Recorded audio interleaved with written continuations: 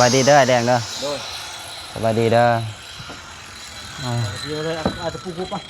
ต่อโมงแรงบ่เนี่ยสบายดีเด้อไอซีเด้อสบายดีโอ้อยู่ลังค่าคุณอยู่สันสูงมื้อนี้ติดปันลมปันทรายก่อนเนาะ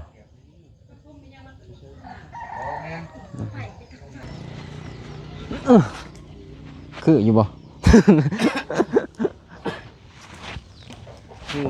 คืออยู่เนาะคือผู้สวยได้คืออยู่ผู้สวย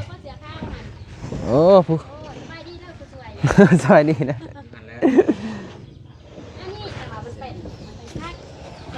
ผู้สวยนี่อยู่สันสูงได้จนเราก็อยู่เองเนาะฮะโอ้ยืนบ่ได้ดอกอยู่ถึง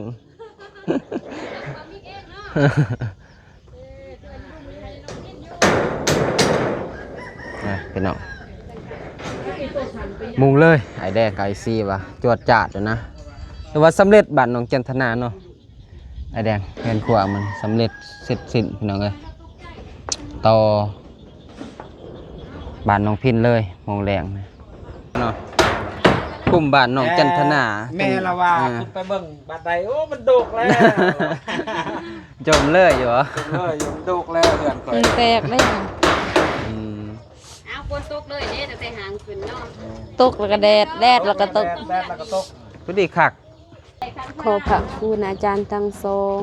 และขอบบุญขอบคุณผู้ใหญ่ใจบุญทุกท่านขอบบุญทุ่ง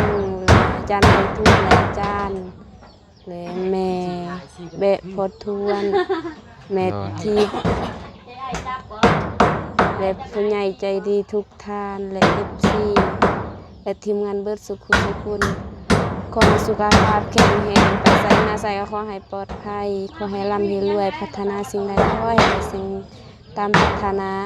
ความเจ็บอย่าให้ได้ความไข่อย่าสูมีเด้อสาธุ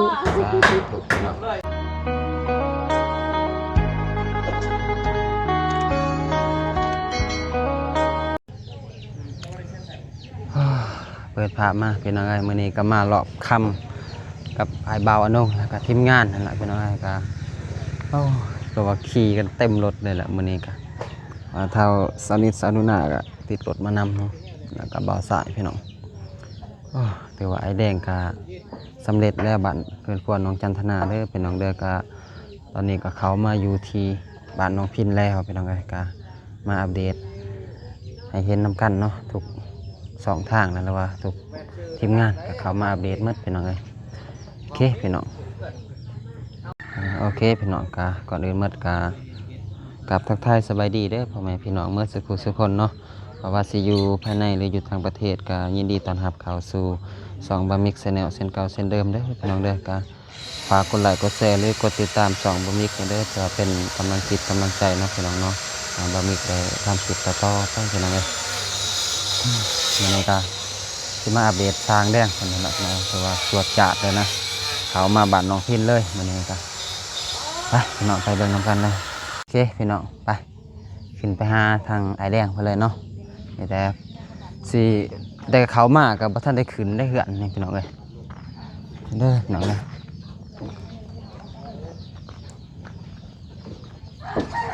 ใครเนี่ยอยู่บันไดนี่อยู่บันไดบ้านน้องจันทนาเนี่ยขึ้นยากแน่พี่น้องเลยจะขึ้นไปหาไอแดงก็ได้พี่น้องเลยไป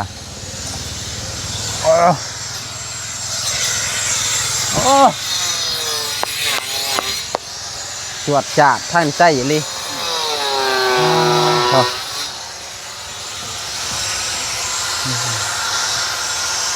สบายดีเด้อไอแดงเด้อสบายดีเด้อเดี๋ยวเลยอาจจะปุ๊บป่ะต่อโมงแรงป่ะเนี่ย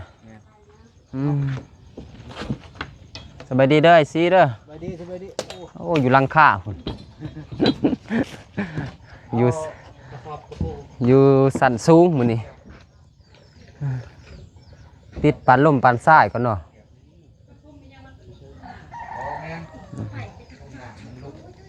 ก็ว่าท่านได้ขึ้นมาเลยพี่น้องถ้าก็ขึ้นมื้อนี้แล้วมามิก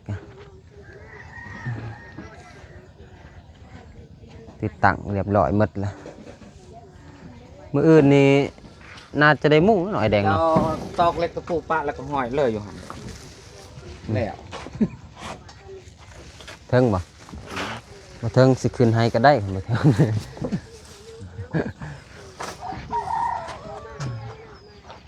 มื้ออื่นมุ่งเลยบ่ มุงเลยนี่ก็มุงปะแผ่นหนึงที่ก็มุงเลยก็ได้ ยังมีเสียงเลย มุงเลยเด้อเนาะ แล้วบ่โอ้ติดข้างนี้แล้วข้างนั้นสิติดตำลังบ่ซะ แม่น โอ้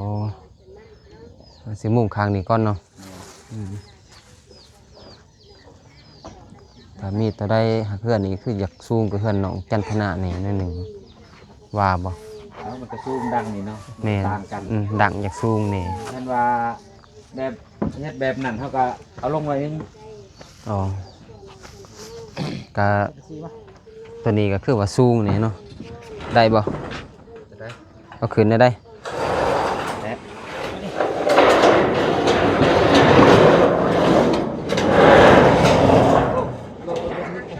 บ่ถึกบ่โอ้ เอาเรื่อยได้นี่เอาเรื่อย ฮะวางอ่าพี่น้องเริ่มมุ่งเลยมื้อนี้เด้อนะ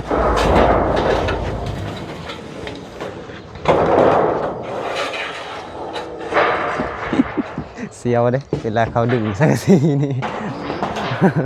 เขาจะดึงเสียวเนี่ยเบิ่ง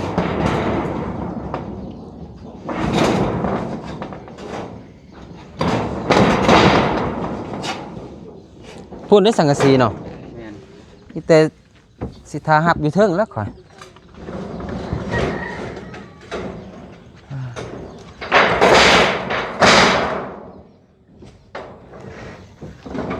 เริ่มตัดลังเลยพี่น้องเอ้ยมันนี่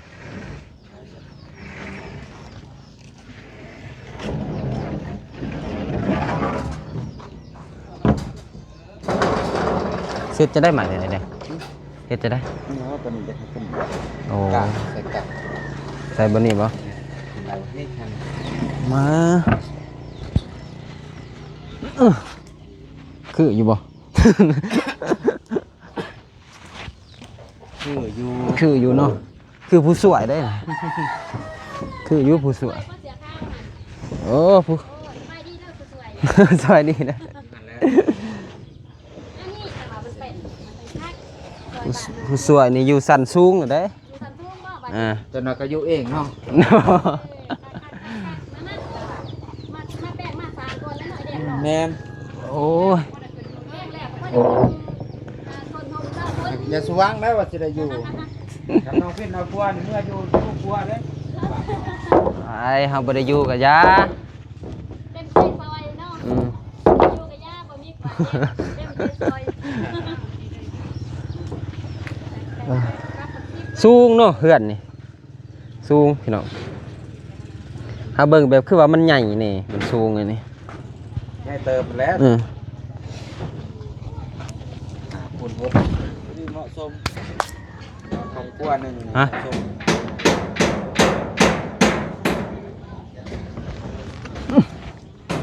มี ตายเลย หลุนประจดนะจำก่อนขึ้นภาพสูงอยู่ได้พี่น้องเอ้ยนี่โถสมวิวเลยหน่อยซีเนาะ สมวิวดีเนาะ สมวิวยามแรงเด้อพี่น้องเด้อขึ้นหลังคาพี่น้องเอ้ย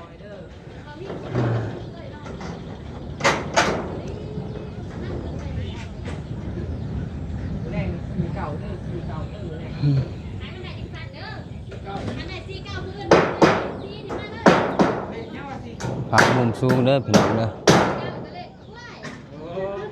ถือว่าคักเด้อการต่อของเราธรรมดาพี่น้องเอ้ย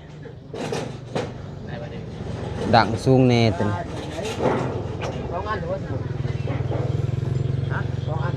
หับเลยบ่าวไส้หับน้ำไอแดง สั้นป้านนี่ก็ขึ้น คุณบ่คืออันนี้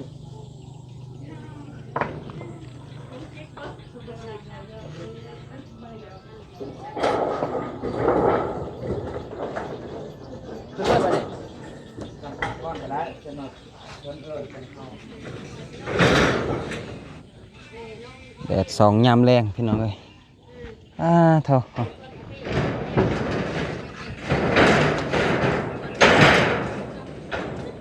ทางล่างนี่จะเป็นปลาส่วนย่างหมด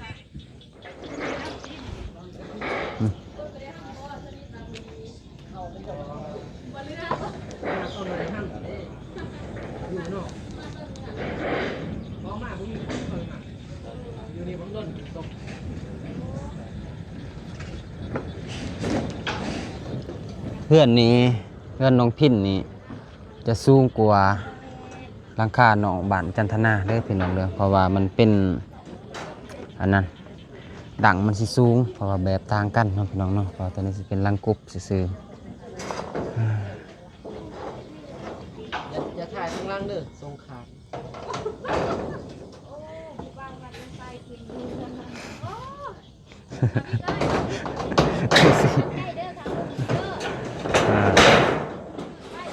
สบายดีเด้อสูงได้อากาศมันเย็นอยู่สูง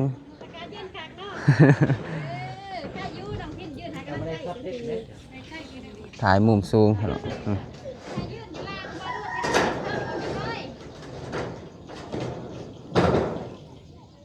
ฮะโอ้ยืนบ่ได้ดอกอยู่ถึง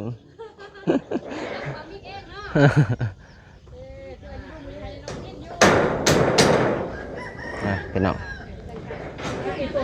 มุงเลยไอแดงกับไอซีวะจวดจาดอยู่นะแต่ว่าสำเร็จบ้านน้องจันทนาเนาะไอแดงเห็นขวามันสำเร็จเสร็จสิ้นพี่น้องเลยต่อบ้านน้องพินเลยมองแรงนะคิดว่าน่าจะเป็นมืออื่นคิดว่าไอแดงสิเขามาเห็ดมามองแรงดึกเลยมันนี่พี่น้องเลย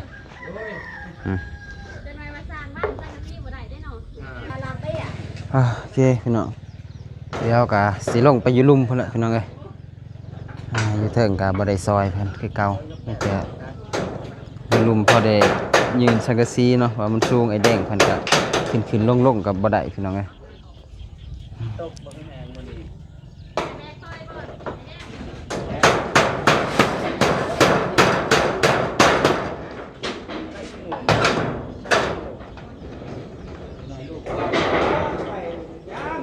ตัวเสือได้ไอซีนี่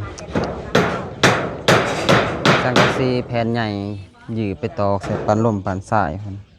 คือว่าหยากสุดแล้วพี่น้องเอ้ย 3 มื้อหน้าเพิ่นเบาแล้วแต่ว่าค่อยสิก็สิไปบ้านตามื้อคือ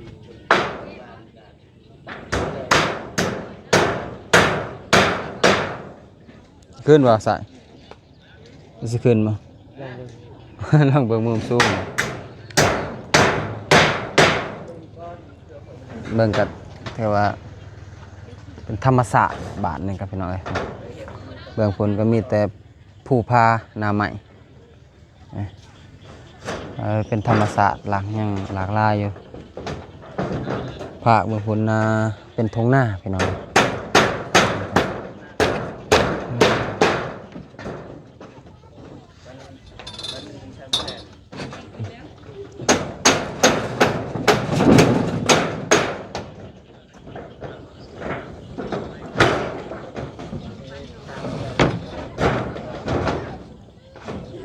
ก็บ่คิดว่าไอ้แดงสิลงมือมื้อนี้เนาะแต่ว่าทันใจพี่น้อง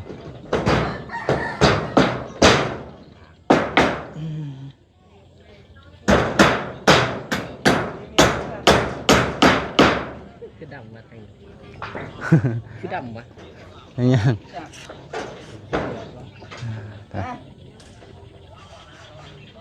ใส่ แดดสองดำวะมันคนด ล่างสิเป็น เป็นนาเล่นทงนาเล่นเนาะ พี่น้องเลยเดินกลับมาบรรยากาศสู้ อยู่หลังคาปลายใหม่ เท่า สัตว์คือการ อย่าอยู่ด้วย ทั้งยานส่วนไม่ ยับออกแต่หันมุงหลังคาเลยพี่น้องมื้อนี้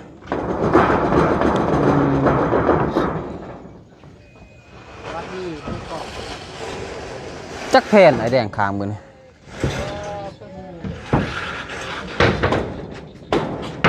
ขึ้นมา ให้กำลังใจเด้อ ขึ้นมา ให้ขึ้นบ่ ขึ้นมาเลยอยู่ซึ่งมือ ไปอยู่เทิงบ่ คนสู้ไหน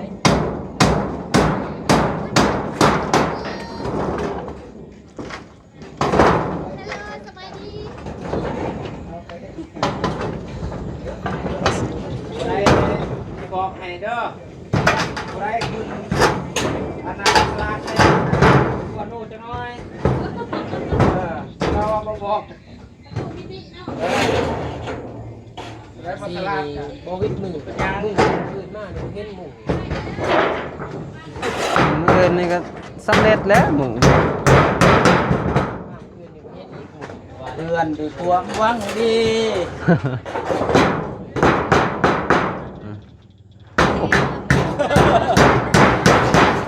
มาละยืดที่แง่งโตเขาไงตั้มมาเลย มันเป็นเม็ดเศร้าคุณบอยเด้อความกว้างนี่ได้เด้อ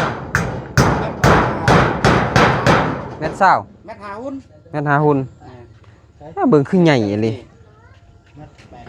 แม่ แต่ทุนบ่ 10 เม็ด 10ปกติ ต่อเด้อเซียว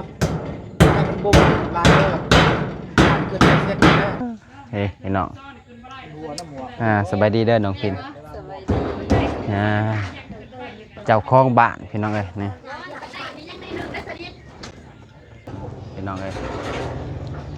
คิดบ่มื้อนี้ว่าไอ้แดงสิลุยเลย บ่ เพราะว่าเขามาวันนี้ก็บ่ทันแล้วอะเนาะ โดย เรียกว่าไวเติบพี่น้องเอ้ยบ้านน้องพินอื่นนี่ก็แล้วไอ้แดงเฮ็ดเวียกน้อยแดงเนาะ แม่ วันนี้สิได้ทำเลยพื้น เบื่อบ่ประมาณ7โมง สำเร็จนะ 7โมง7โมง เฮ็ดหมูสำเร็จเนาะบ่อยากให้มีประโยชน์เด้อ อายุมากกับบ่ได้เฮ็ด แต่ไปมานี่บ่ได้เฮ็ดเนาะ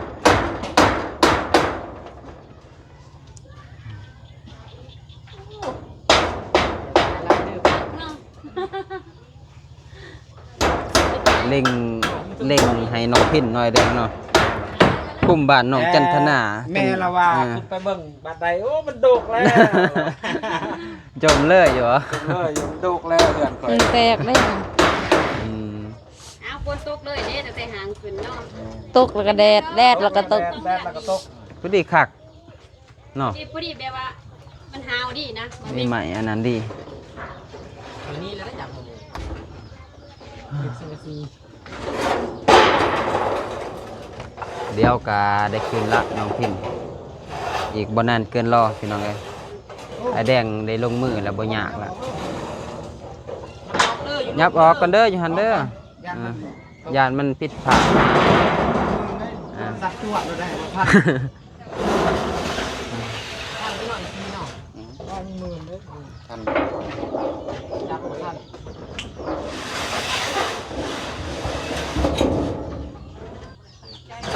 พี่น้องเอ้ยน้องพินนี่ก็แนมเลยอยู่เนาะยานบ่แล้วบ่ ว่านะ ฮะ เบิ่งสร้างเฮ็ดอาการแบบคือสิลำบากแฮงเป็นตาญาณเด้ เฮาบ่เป็นก็ลำบากกันแล้วไอ้แดงเนาะเอ้าญาณเด้ญาณเด้ คือคอยนี่ถ้ามุ่งแผ่นที่2นี่สิบ่ย่านถ้าตัวแผ่นตำอิดนี่แหละสิย่านเพราะว่ามันยื้อไปเนาะมันยื้อไปตอกทางนอกมันได้แผ่นตำอิดนี่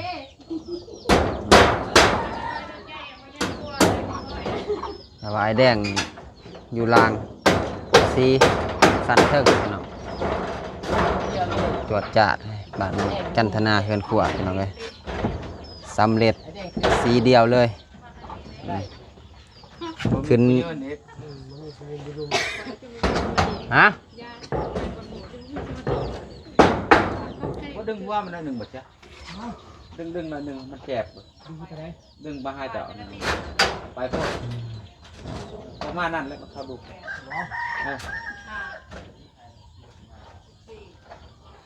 จะได้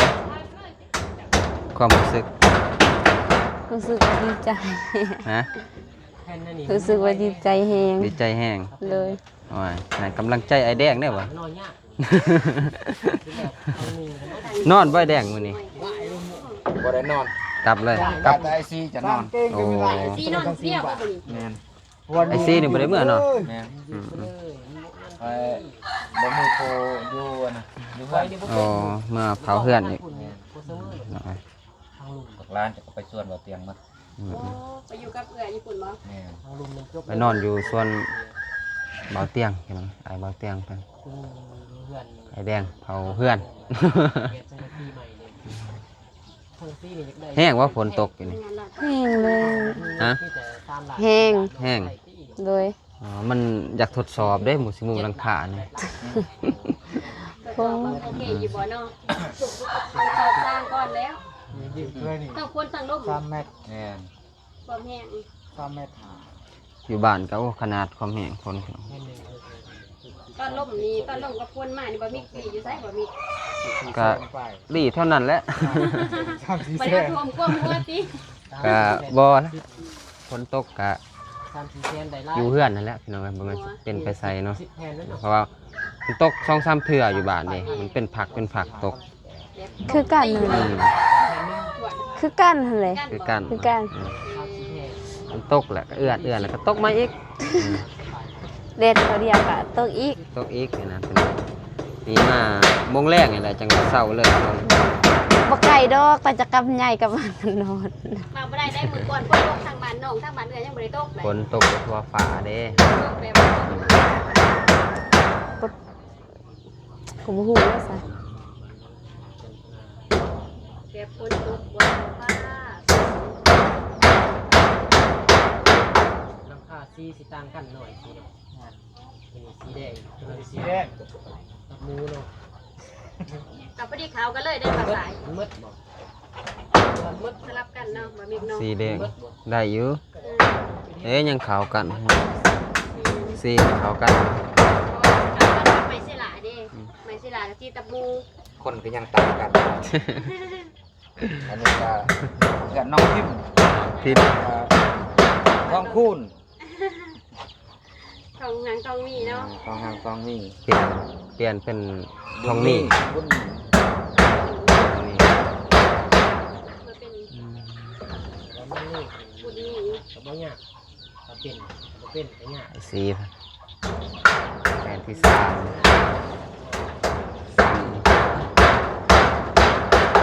ประมาณ7แผ่นไปจากไอ้เด้บ่7แผ่นมัน 7 แผ่น โอ้ ทางละ70 แผ่น ทางละ7แผ่นเนาะ ต้อง74แผ่นเนาะ แม่น 4แผ่นพี่น้อง กะเลือกมาเพราะว่าเราบ่ได้ตัดสินก่อนเป็นสถาบันไม่เนาะสถาบันเราไม่นี่เบื้อง ส่งออกเบื้องละ เป็น 50 แบบเขาเดินแบบใช่ไหมเขาเดินแบบตัดคณะส่งปุ๊บ มีมองแซก เนี่ยต้องมีมังแซ่บเนี่ย แซกเจ้าแซกแบบแบบนั้นเรื่องหลายจะมาไล่ไปไล่มามันก็คือเก่าเอาเฮ็ดแบบดีกว่ามันเรื่องหลาย หยับออกได้ไอ้แดง ไก่ มันหมดเวลา หลุดแล้ว ได้ อ่าแผ่นที่สี่ ประมาณสามารถทำอะไรบางซ่อง เออ เออ แผ่นที่สี่โอ้ทางคนกุ้มเลย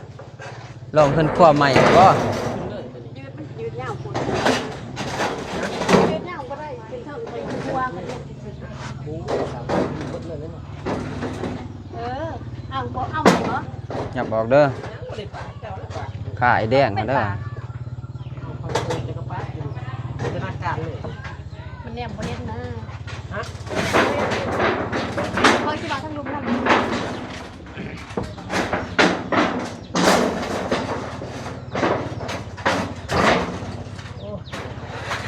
ย่าง สบายดีเด้อสาวนุ่น โด น่ะ ยสบายดียืนมาอย่างภาษาเด้อ อ้าวคือบ่ร้องขึ้น เอื่อยขึ้น ฮะ บ่กล้าขึ้นนะ เป็นรุดทุนติ เวลาขึ้น เอา มาย่าน เอาเฮ็ดคือสมัยเป็นสาวโลด แม่น แอวกิ้วแม่งใหญ่โลด เอาแบบนั้นบ่เอาแบบสมัยงาน2006เนาะ สมัยเป็นสาวนี่หุ่นดีเด้สาวนุ่นน่ะพี่น้องเอ้ยแต่มาได้ลูกได้ผัวแล้วโอ้ความ จะได้ปานนี้ ความอ้วนมาทดแทน คนละครึ่งดิ กันสิมาแยกหลางเลยหรอกพี่น้องสามว่าคนสองคนอยู่บนเดียวเลยเดี๋ยวนี้ มารวมตัวกันอยู่จุดนี้เลย ตะกี้เห็นหุ่นน้อยๆสาวนุ่นน่ะก็ว่าสิใหญ่เนาะสิคล้ายๆกับน้องพิณนี่บ่จัก